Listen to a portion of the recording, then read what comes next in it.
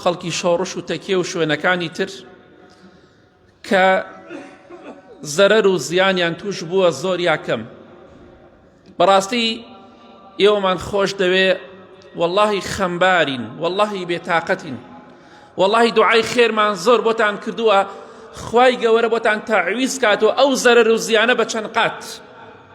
واللهی بێتاقەت بووین لەوەی کە توشتان بوو، ئەوەی مسلمان بێ و ئەوەی خاوەنی ویژدان بێ خەمبار و بێتاقەتە.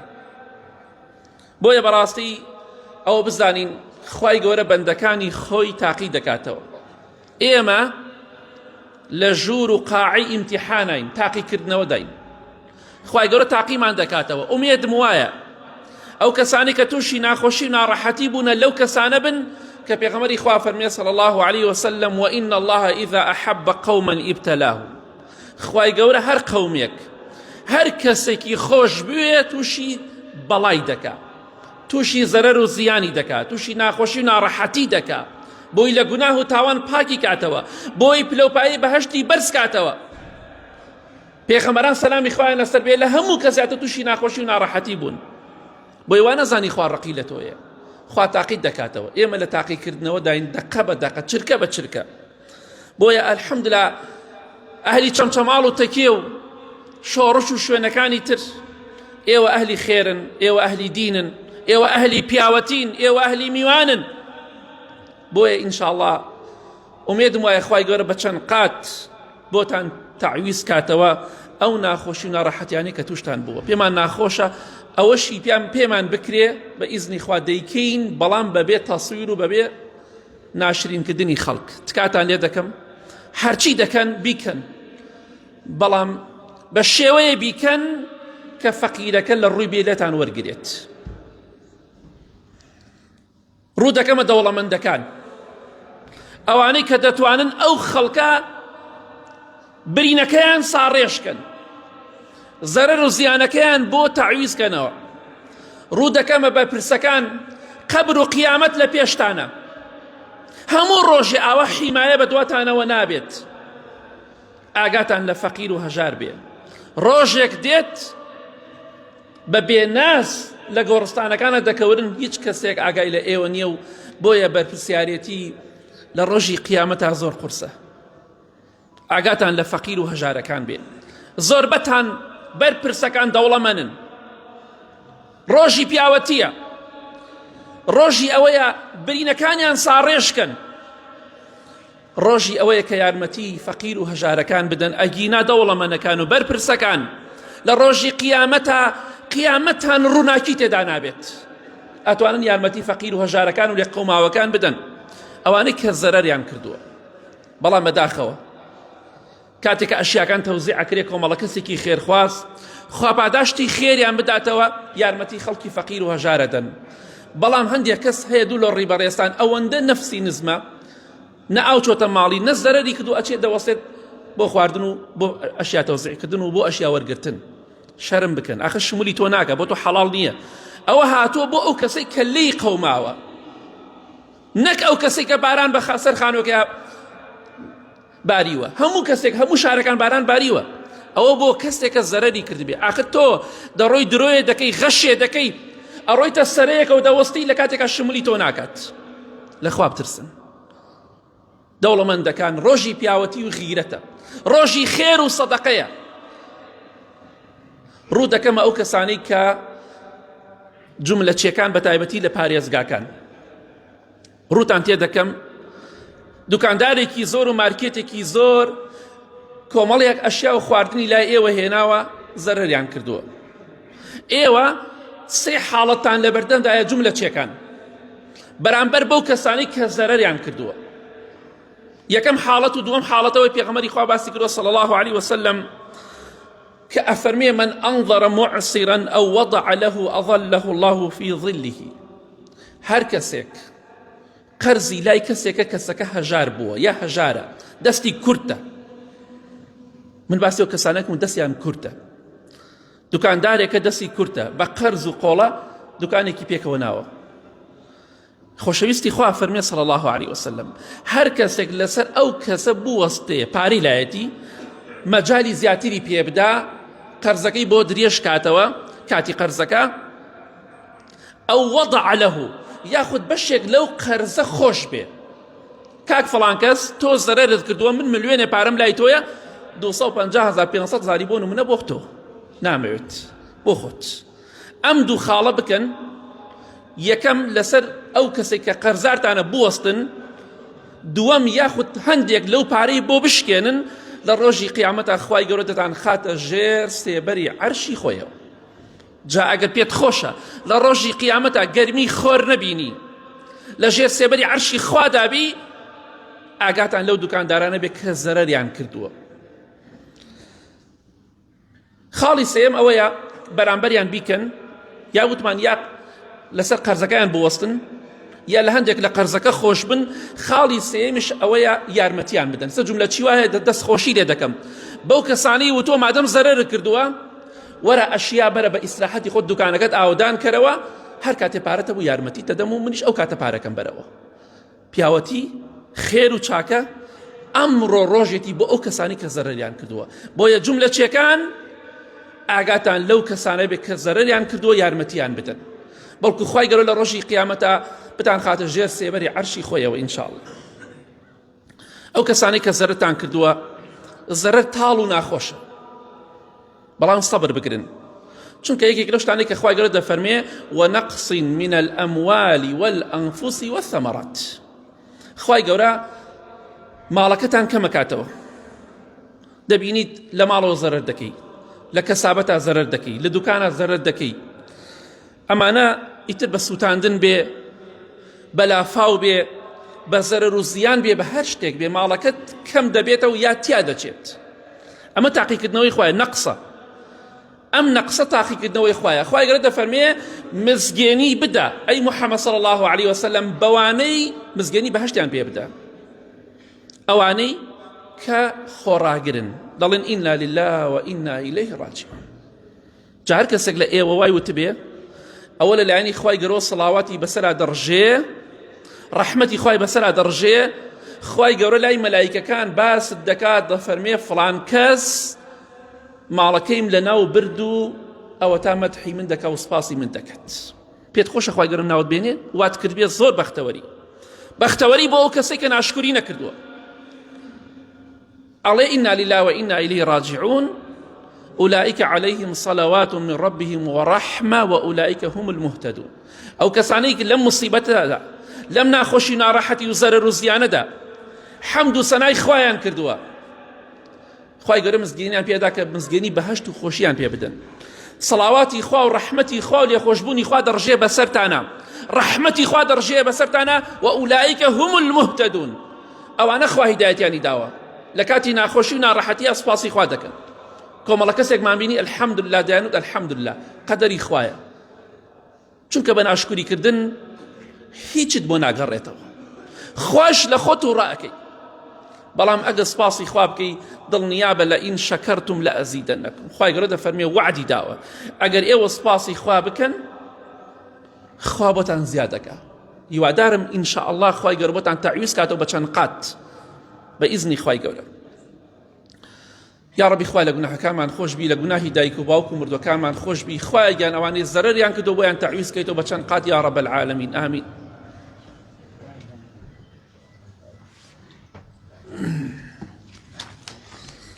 الحمد لله والصلاة والسلام على رسول الله وعلى آله وصحبه ومن والاه.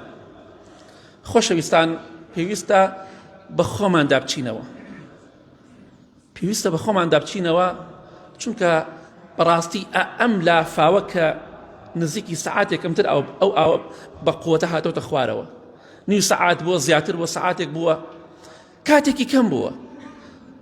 با بە خۆمان دابچینەوە. ئەگەر خوای گەورە خوانە خواستە ئەو بارانی بە قوتر بکردایە، بە بایەکی بە قوت و بیهێنایە، بە چەند سەعات و بە چەند شەو و ڕۆژ باران بباریایە، کێمان دەرئەچوو، کێ ڕزگاری ئەبوو؟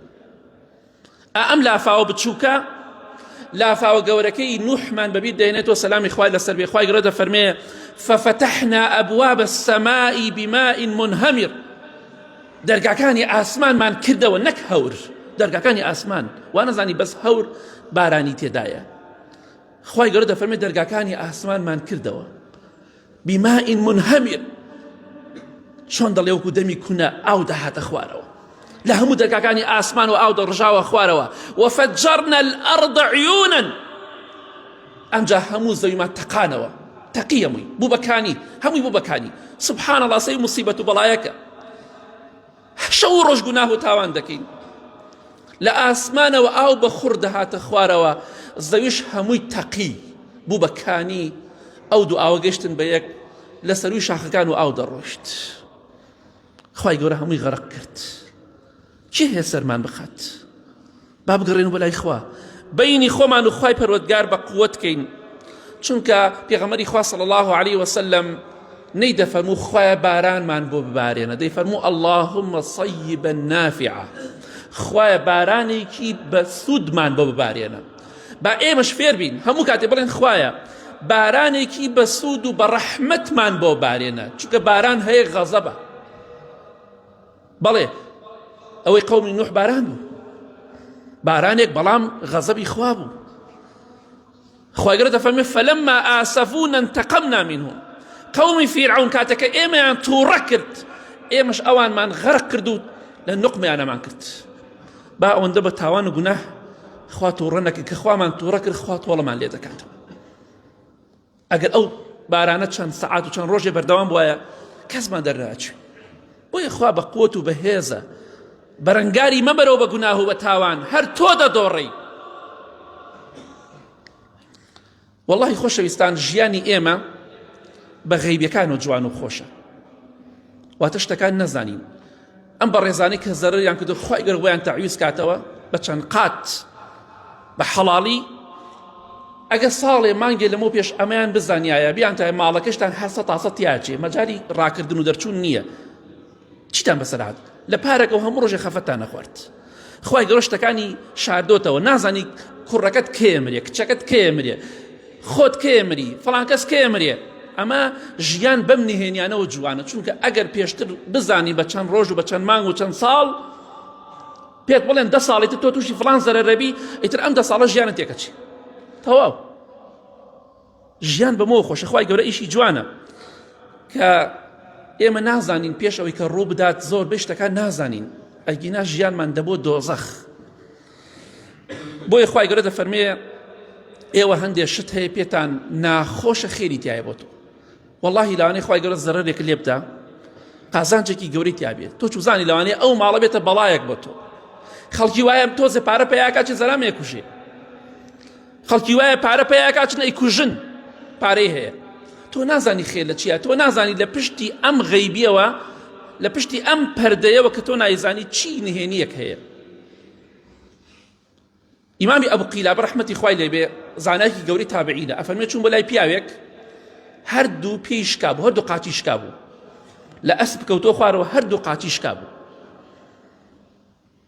ئەفەرمێ وتم ئینشاڵڵا خێری تێدایە قاچت شکاوە وتی ئیمامی ئەبو قیلابە خێری چیتە من هەردوو قاچم شکاوە ئەمە قەی خێری تایە وەڵڵا خێری تیا نییە چەند ڕۆژێکی پێچوو ناردیان بە شوێنیا وتیان فڵان کەس وەرە ئەچین ڕێ بە ئیمامی حوسەین دەکرین ڕەزای خوای پەروەردگاری لێبێ کوڕی ئیمامی عەلی ئەوە بوو ڕۆشتن ئەوی جوابی ناروتی من ناتوانم هەردوو قاچم شکاوە ناتوانم بەشداری کەم بەخوا ناتوانم بێم بە هیچ جۆرێک چەند ڕۆژێکی پێچوو ماوەیەک ئیمامی حوسەین شەهید کرا ڕەزای خوای لێبێ بەدەستی ئەو زاڵمانە ئەمجا ئەم پیاوەی کە قاچی شکاوە گەیشتە قەناعەت وتی ئای ڕەحمەتی خوا لێبێ ئەبو قیلابە وەڵڵاهی ڕاست کرد خێری تێدا بوو من ڕاست نەبووم کەوام وت خۆ ئەگەر قاچم نەشکایە منیش دەو خوێنە بەشدارە بووم ئەم قاچ شکاندنە ڕەحمی خوا بوو بۆ من تۆ نازانی لە پشتی ئەوە چی ڕووداوێک هەیە کاتێک کە خزر سەلامی خوای لەسەر بێ کەشتێکەی کون کرد موسا پێغەمبەر صلی الله علیه وسلم تەحملی نەکە فەرمووی بۆ کونت کرد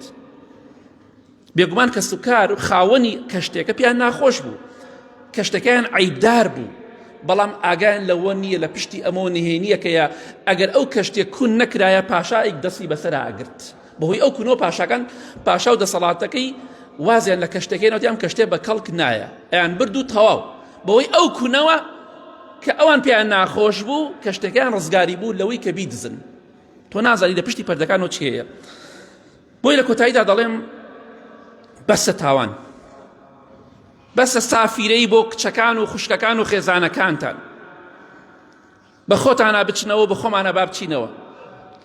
خۆشەویستی خوا صلی الله عليه وسلم چونکە لە خوا ئەترساوەک ئێمە نەبوو. عایشەی خێزانی دەفەرمێ ڕزای خوای لێبێ هەر کاتێک پێغەمبەری خوا صلی الله عليه وسلم هەورێکی ببینیایە هەورێکی ڕەش بە تایبەتی بایەکی بە قووەتی ببینیایە یەکسەر ڕەنگ و دەموچاوی تێکەچوو دەموچاوی تێکەچوو کاتێککە بارانەکە بباریایە خۆشەویستی خوا صلی الله عليه وسلم دەموچاوی گەش ئەبووەوە بەس هەر کاتێ ئەو هەورە ڕەشانەی ئەبینی ترسناکەکان هەر کاتێ بایەکی بەهێزی ببینیایە یەکسەر دەموچاوی تێکەچوو صلی الله عليه وسلم.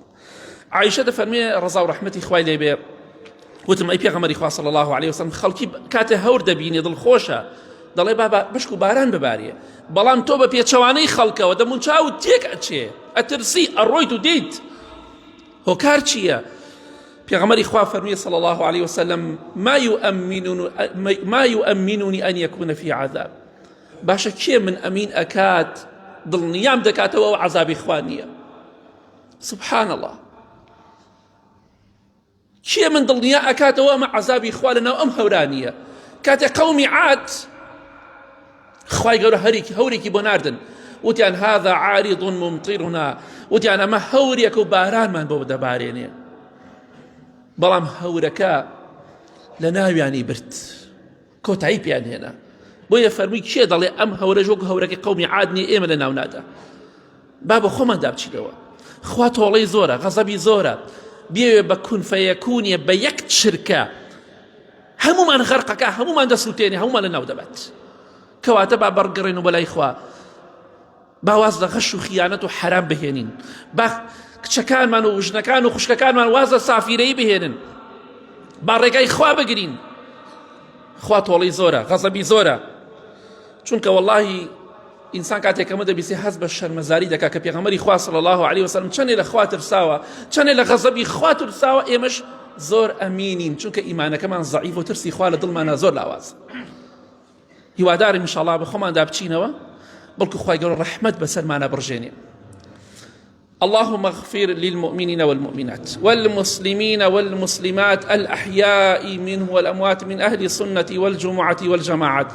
يا ربي خوايا باراني برحمت من وباريني يا ربي خوايا باراني بسود من وباريني يا ربي خوايا اواني زرر وزياني عن كدوا لهر شوينك خوايا بويان تعويز كيتوا بويان قربو كيتوا بچن قاد يا رب العالمين خوايا ضلنا ويان بكي يا ربي خوايا صبريان ببخشي يا ربي خوايا رحمة لي بكي خوايا آخر من بخير بقيري نرجو رجوع عبادت من لي قبول كي خوايا اواني نخوشن لمال لنخوش خانه لهر شوينك خوايا شفايان بدي اواني قرزارن خوايا قرزاريان بو آسان كي خوايا اواني کێشە و مشکیلە و خەم و خەفەتیانێ لەسەریان لابەری یا رب العالمین خوایە هەر کەسێکی دڵسۆزی ئەم ئیسلام و میلەتەیە خوایە سەرکەوتوکەی یا ربی خوایە هەر کەسێکیش دژی ئیسلام و ئەم میلەتەیە و زاڵمە خوایە بە گەورەی خۆت لە ناوی بەری یا رب العالمین خوایە سوک و ڕیسوای دنیا و قیامەتی بکەی. آمين آمين آمين وصلى الله على محمد وآله وصحبه أجمعين.